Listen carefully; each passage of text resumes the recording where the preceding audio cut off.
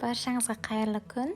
Бүгін біздер өте дәмді Пари Брест пирожныйларын дайындайтын боламыз.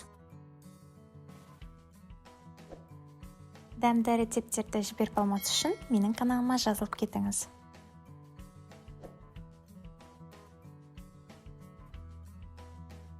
Әдеттегідей керекті құрал-жабдықтарды төменде белгілеп кететін боламын. Ең алдымен сырлы ыдысымызға сүтті құйып,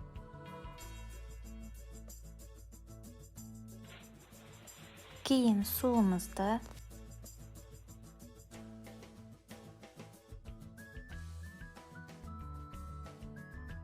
шым-шым тұз, қант қосамыз. Қант біздің пирожныйымызға өте әдемі өң беру үшін қосылады.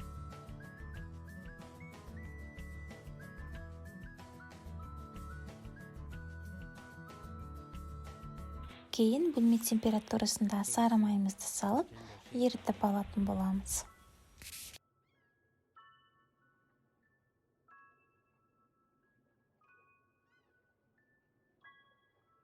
Майымыз толығымен еріді. Осы кезде ұнымызды салып, мұқият араластырамыз.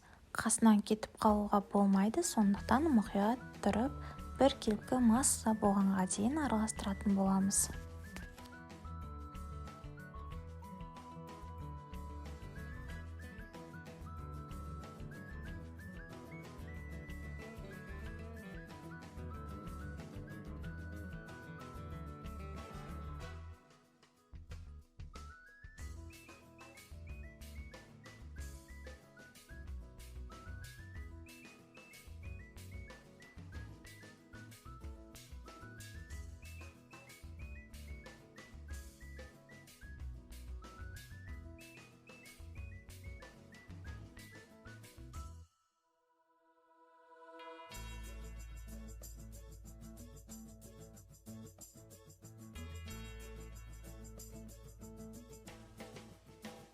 Оттан алмай араластырамыз. Астыңғы жағында жұқа слой болу керек, жабысқан.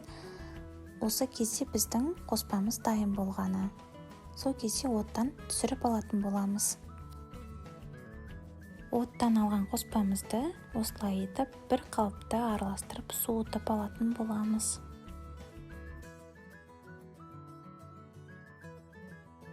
Мен қолмен араластырдым, миксер пайдаланамын десеңіздер де болады. Өз қалауларыңыз. Бізде осындай дайын қоспа пайда болды. Дайын қоспамызды мешокқа салатын боламыз. Ол үшін 333 насадканы одноразовый мешокқа салып, басын кесіп, ішіне қоспамызды саламыз.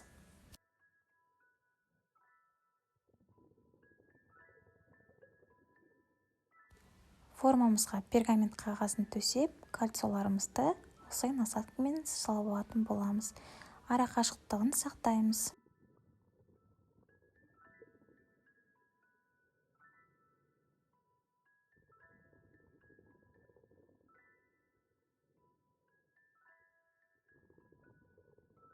Әсемдеу мақсатында және де ерекше дәм беру үшін миндальный слайс септім. Кейін қызып тұрған пеште пісіріп алатын боламыз.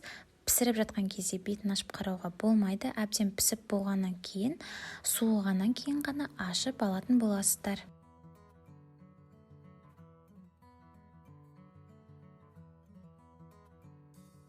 Назар салыңыздар, біздің әдемі пирожныйларымыз пісті, өзінің пішінін сақтады, көтерілді. Өте керемет болып шықты.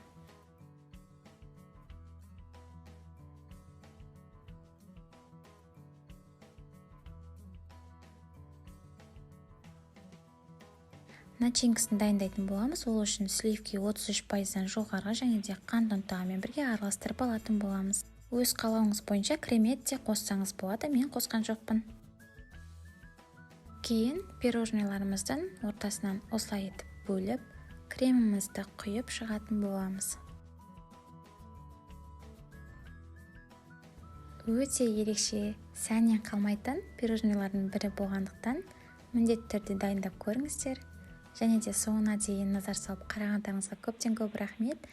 Менен алдағы уақытта жаңа видео күтіңіздер.